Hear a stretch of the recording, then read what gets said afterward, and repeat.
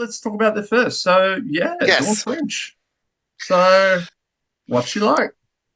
I am beaming. Last night was incredible. Her show was so funny. Like I haven't had a proper full belly like doubled over in laughter like that in a long time. And I think because I had that special connection with, so I was on AGT 10 years ago and she was one of the judges and she was so sweet. Actually, her and Jerry Halliwell were both very, very sweet. Jerry in particular, I remember I was warming up and my dressing room wasn't far from where her stuff was. And she heard me and she said to her press agent, David, is that Craig? Oh, could you please tell him I said good luck for tonight from me? And I was like, oh, like I idoled you. I wanted to be you as a child. I still want to be you as an adult. Like, but yeah, her and Dawn was so sweet. I mean, they're both British. I mean, I have a connection with British people.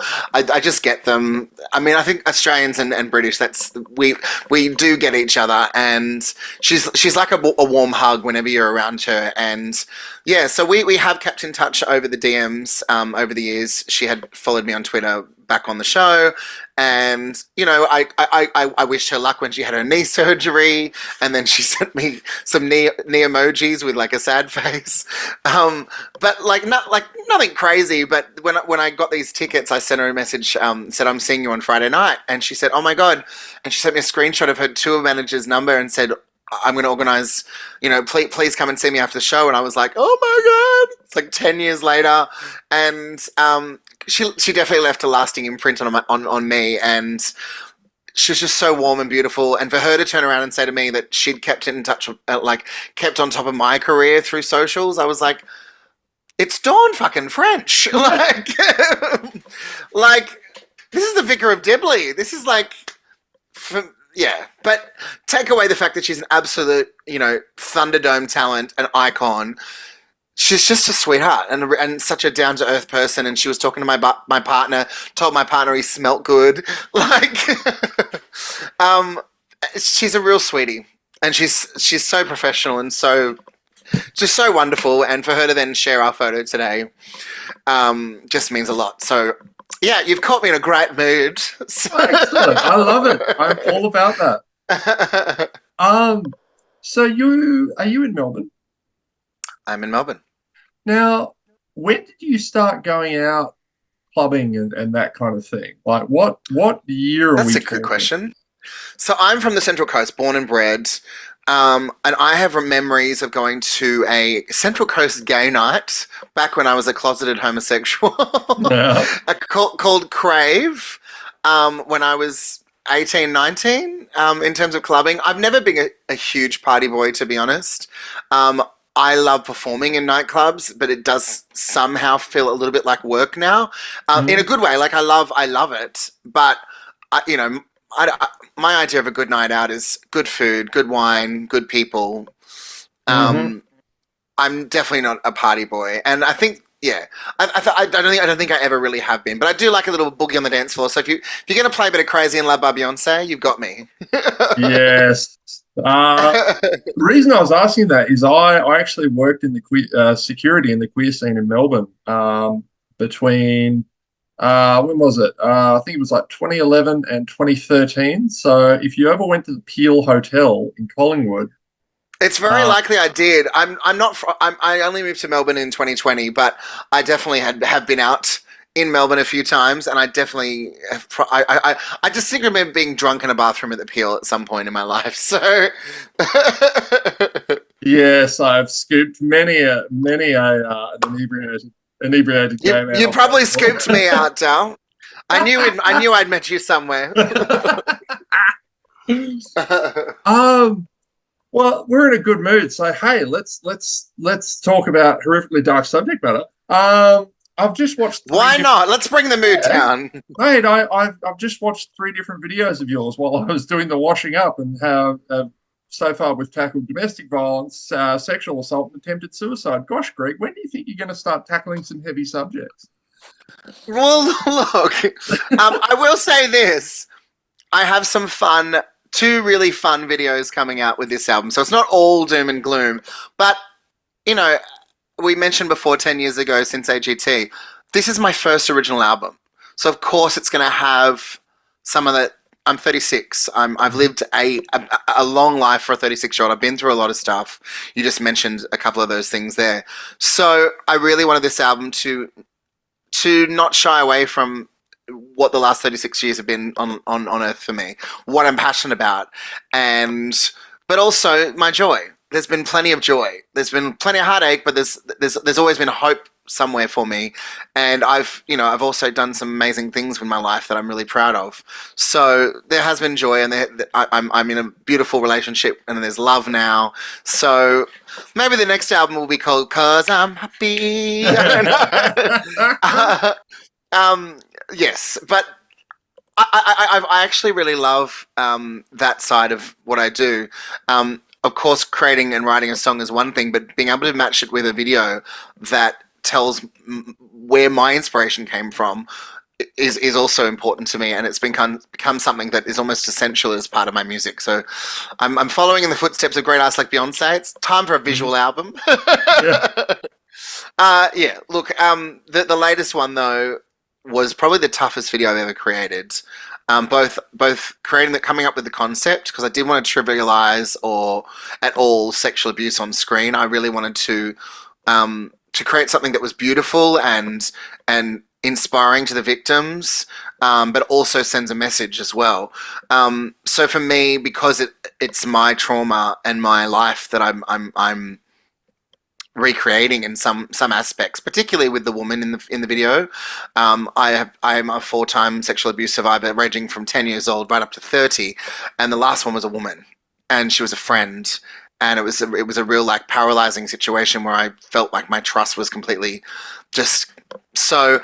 That was tough, and I remember when they did that scene and I had to direct it, and obviously I'm looking at the monitor, I'm looking at them, and I'm asking for things because I need to see what I know what I want to see on that camera, and it was tough. And they got there, and I remember gasping literally audibly, and then having to leave the room, and I'm getting emotional now.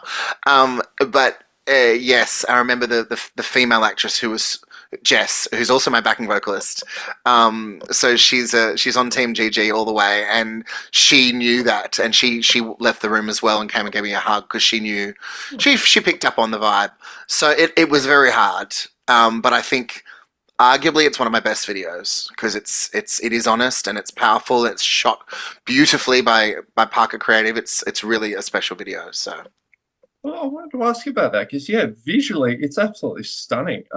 It reminds me a bit of, I mean, hey, talking about trendsetters, it reminded me a little of Sam Smith's work on the latest Bond film and the Oh wow. pulling people into the darkness. The hand coming over and pulling someone out of the light into the darkness really struck me as like that's something that you would see, potentially on like A Hollywood a film. Bollywood show or something. Yeah, I'm sure that I'll probably quote you and send that quote to the team that did it do it. because I have to give full credit to Glenn from Parker Creative for that. It was that particular shot was his idea, and it was really nice because obviously I had a vision, but he also had things to add to that vision. So I actually did give him a credit on the video for creative because he well deserved it. Yeah, funny you mentioned that because. I definitely wanted it to feel cinematic. And when I Mm. first spoke to Glenn, because I'm an independent artist with a shoestring budget for everything I do, he did say to me, like, we obviously sorted the budget, and he said, but I'm going to give you a Hollywood blockbuster. And he absolutely did. I think we had about $100,000 worth of gear on set. So, Wow. and that's the first time I've ever been blessed with that sort of um, expertise and equipment. And yeah, I feel like I did get a blockbuster Hollywood little short Yeah, film. absolutely. Yeah, it's so Parker. Let's give him a proper shout out. So that was Parker Parker Creative. Creative. He's on Instagram. Let me get his handle. So if you want, he's actually based in Geelong, but he does a lot of stuff all around the country. He actually just did Casey Donovan's trailer video for Sister Act as well. Nice. Um, Yeah, we'll tag him up in Park there. Parker Creative dot underscore au is his handle on Instagram. Outstanding.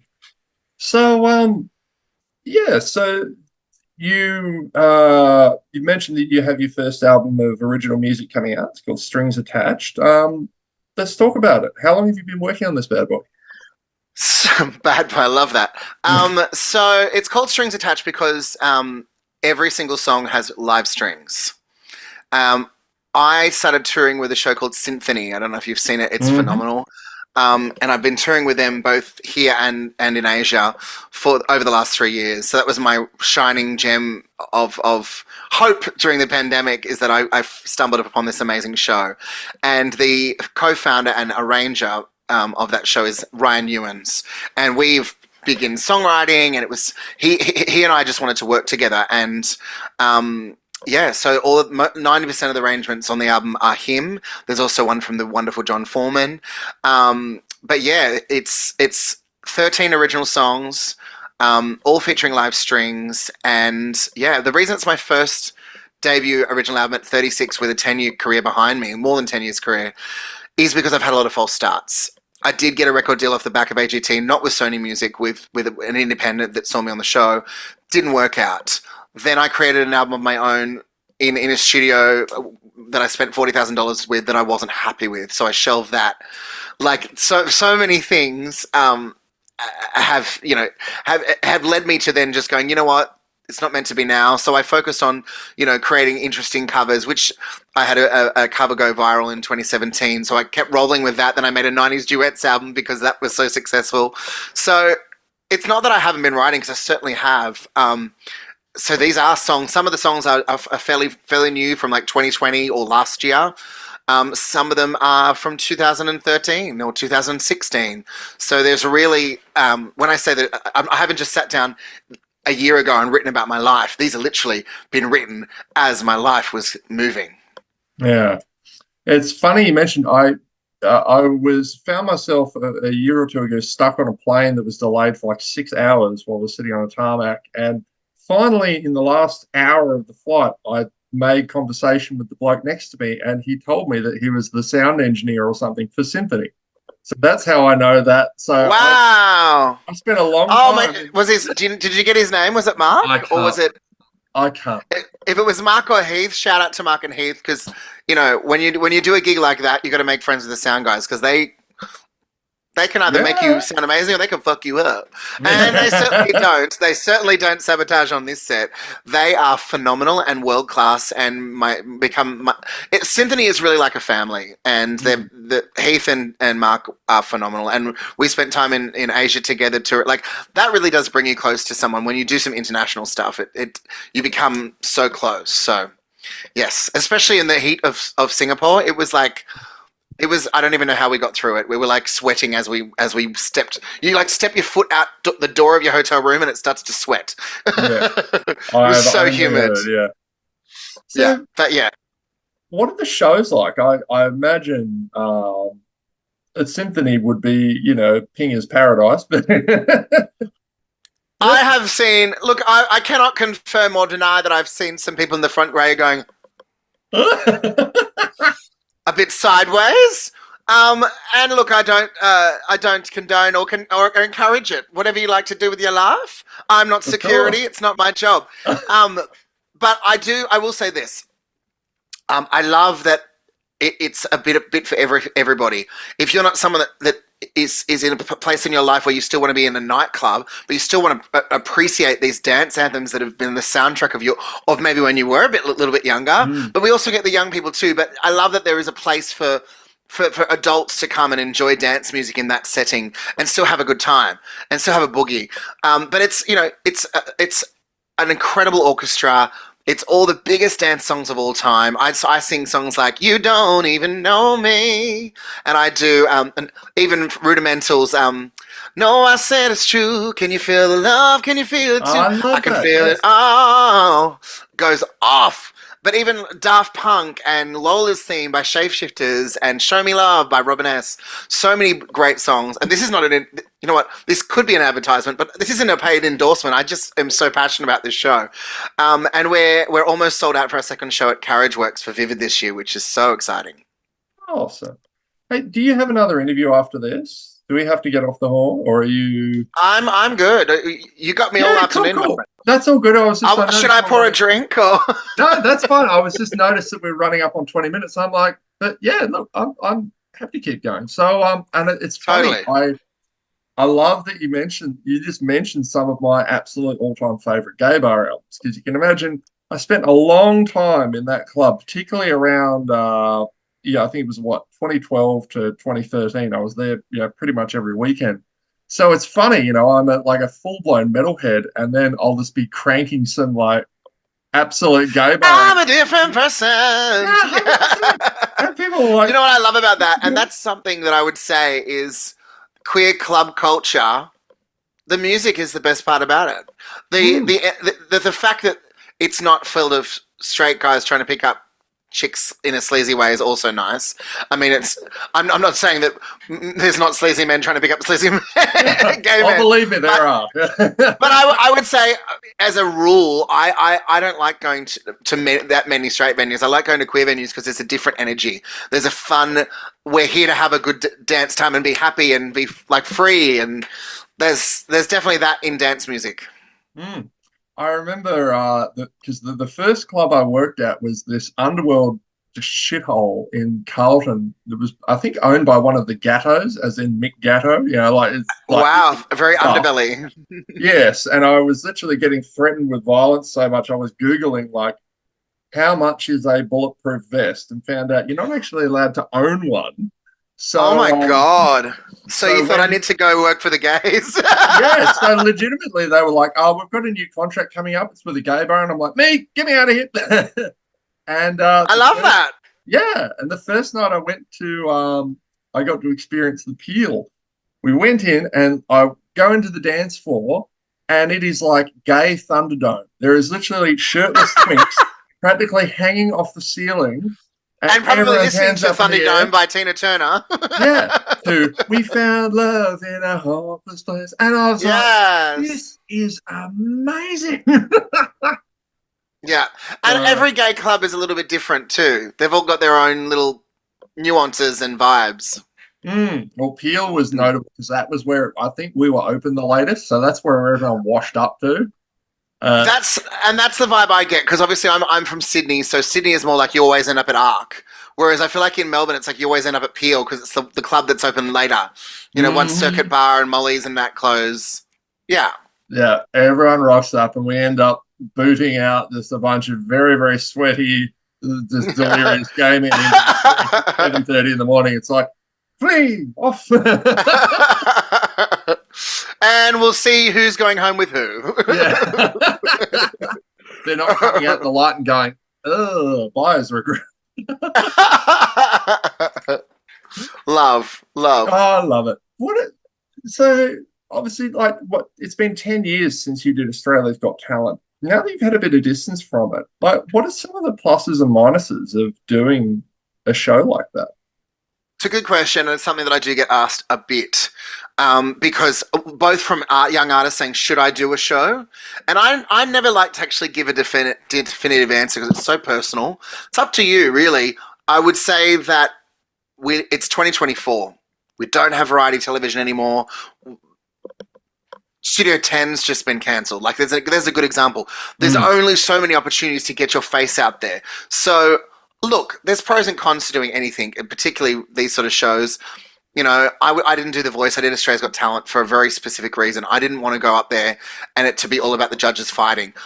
On mm, Australia's Got Talent, they're not against each other. It's just four judges telling you what they think, and then you like. So the format really worked for me. Um, I think I would have struggled more in a sense that if I was on someone's team, because then it's like team Rita or team Guy. I don't know. mm. I don't like that so much. However, I don't even think AGT's on anymore. So you got to take what you can get. And as I said, there's only so many opportunities. So for me, it was a great platform. I loved my experience. I was 25. I was young, and I loved it. And yeah, I will say I know what it's like to feel like you're being put on this pedestal on a television show and you feel like, oh my god, this is it. I Yeah, am the next guy Sebastian. And when the TV show stops, poof, it like it yeah. you're not getting all the press that you were getting before. You're not getting everyone talking about you the way you were before. And you do have to adjust. So I would say the mental side of things, just be prepared and know that when you go on a show like this, it is a TV show. Mm, And and it's not a guaranteed success. It's not an overnight success anymore. There's no such thing, really. You know, Yeah. back in the day with the first few seasons of Idols, which made stars, you got to remember there was no streaming, there was no social media, there was no Netflix and chill. We sat down as a family, millions of us each week, to watch Australian Idol. So Mm. that you became a household name because every household was watching it. Now you're lucky to get 500,000 viewers. You know, you were getting Yeah. That's millions what at that blows me time. away. Like you were lucky you did it, 10 years ago because I was in the break room at work during the day and the Australian Idol is on and the camera is trying really hard to obscure the fact that there's maybe 40 people in the studio audience. Wow. No one is watching this stuff anymore. No, it's very different. And I will say this though, the major difference is the social media. You know, I look at someone like my friend Kate DeRouge, who's having to start her career all over again in terms of social media, because back in the day there was no Instagram, there was no Facebook. Mm. So I think there was like MSN Messenger and groups and stuff like that they used to read the reviews. But yeah, they didn't have that. Whereas now, if you go on a show like that, you will pick up a few hundred/thousands of followers. So there is that benefit too. And obviously, social media runs the world these days. You know, you're not successful unless you've got 100,000 followers on TikTok or whatever it is. You Yeah. know, I had to define what Adele has come out and said a lot about this, and I really resonated with it. That she's not writing for the TikTok. She goes, if everyone else is writing for the TikTok, I will write for people my age, drinking wine and having kids Hmm. and real music. Not that the others isn't, but do you know what I'm saying? Like Yeah. I feel a little bit the same as people have tried to put me in this adult contemporary box before. Great, if that's what I am, if that people go to buy tickets to see shows for people that are adult contemporary artists. People still listen to and buy albums, full albums, not just Mm. a flash in the pad track. You know, I'm making a full album with live strings. Like Mm. Beyonce's gone on record and said that people don't buy albums anymore. People don't make albums anymore. I'm old school. I Yeah. grew up with cassettes, and I'm sure you did too. That we listened to a full album. I loved listening to an album from start to finish and seeing how they transitioned it and how that story so this album's very that. When I was looking at the track listing, I really wanted to shape it so when you listen to it as a full album, you're getting the full story. Yeah, I meant you mentioned your age. I'm actually 2 years older than you, and yeah, I miss I Well, you feel don't look that. at Dale. It's all those nights in the gay club where they Oh, thank you, darling. stick a bit of Botox in the bathroom for you, Dale. But you know what? It was only after 10 years. I've been in the military 10 years, but fortunately, I moisturize. Please don't tell me you told the boys at Peel that you've been in the military, because you would have been hit up with numbers galore. Would you believe that was I literally left there to join, and on the last night I worked there, one the drag queens pulled me up on stage, and they were like, "Now remember, darling, when you're away from home, think of these," and grabs my hand and puts it on her ass, and I was like, "Oh, there we go." There you go. Something tells me that's not what you were thinking of when you were away. Well, it's funny you mentioned Adele, and it's like, you know, I know who you make albums for, Adele. Drunk drag queens. 100%, 100%. But also people that are on her level as a human. Yeah. I think she's in her late 30s too. I think, similar to me. If not, she's definitely almost 40. People like. I was once recently told that I'm competing on radio with Bitch. I said what I said. I'd rather be famous instead. And which is a cool song. Don't get me wrong. Doja Cat's really cool. That ain't me. I'm never going to be that. I never want to try to be that. We mentioned before about a few false starts. A lot of the clashes I had with labels and agents and managers and things, because they wanted me to be something I wasn't. If you watched my first audition, it was Purple Rain by Prince. I come from a different world where music is and songs and good songs is what it's about. You know, I'm not looking for the next TikTok. I'm not looking to be cool. I'm cool in my own way. Yeah. Do you know what I mean? Like I just want songs that will be lasting and songs that move me. When I go see a performer, I won't use examples, but there are a lot of singers that have amazing facility to sing, and they can hit all these amazing notes. But if you don't feel it and you don't mean it, and I don't hear your heart, it's just notes. It's not. It's just noise.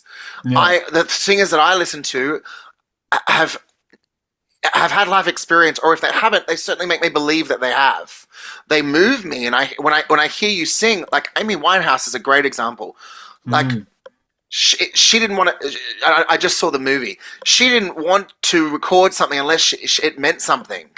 You know, that's what I look for, and that's what I strive to be as well. I don't want to sing it just because it's a song. I want to sing it because I can find meaning in it. Yeah. What kind of impact do you think, if any, did the queer community have in shaping you as an artist? Um, that's a really really good question. Um, That's why I asked it. I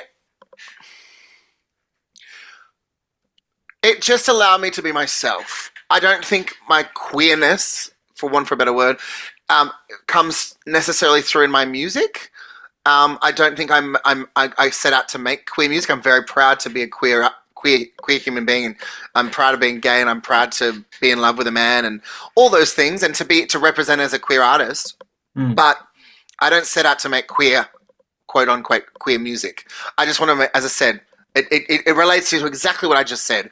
I want to make good songs and good music. So if that means that it's queer music, then great. Whatever that is I want to make that. So I would say though that coming out and being free and being myself, and for having a safe space in the queer community to be like, I was so proud of all of us, the way we handled the marriage equality debate and all that sort of stuff. That makes me proud. So I guess that would come out in my music as well and shape me as a human being and as an artist.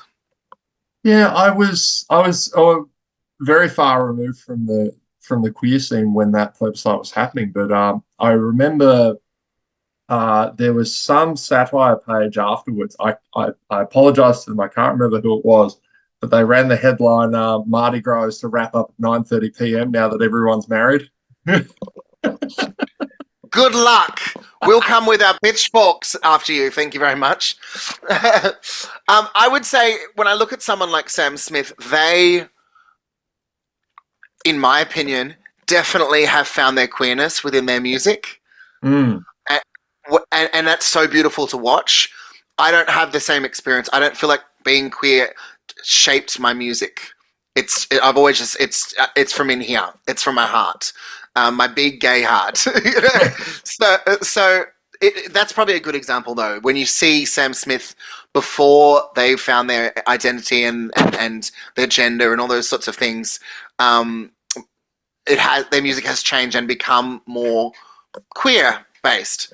Hmm. I am, as I said, very proud gay man, but it doesn't necessarily shape my sound. I feel like my experiences shape my sound, what I've been through, what I'm looking for to create an emotion in a song. So, for instance, Who Gave Permission? It had to have that marching drum and beat, like a chant. It had to have that dark feeling to it because it's about a dark topic, but it also had Mm. to feel inspiring at the same time. So my experiences is what I lead my sound from, if that makes sense. Yeah. So what are your plans for the rest of this year? I imagine it's going to be pretty I was going to say, for heavily. the rest of the day, I'm probably going to put the kettle on down. The rest of this year, I've just locked in my album launches, which I'm very excited for. And I put the save their dates out. It's happening on the 12th and the 14th and the 18th of July. So definitely being able to perform this body of work that I've worked on for some time now, it's going to be exciting. I've got a symphony tour. I've got some international symphony dates that haven't been announced yet. I'm also touring a George Michael and Whitney Houston show, which I've been loving. We opened that last 2 weeks ago. Mhm. And I'm also touring with the Greek Legends show with the full orchestra, which we just did State Theatre, and I'm doing the Palais Theatre in St Kilda, which is a dream come true for me, on the 10th of May. So lots of exciting gig opportunities. I just feel like I'm in a really good place. Awesome. I love to hear it. Greg, this has been beautiful. Thank you very much for your time today. And Are you Melbourne based? I'm in Brisbane. Right. Well, Uh, when I'm in Brisbane, I'm getting you some tickets, my friend. You can come to a show, and I'd love to meet you because you sound like a legend. oh, stop it, you. All right. Love You stop it. it. Great interview, great questions. I really appreciate it. Oh, So, I love it. Easy. Have a wonderful day, Eric. I'll see you soon, mate. thanks, buddy. You too. Bye.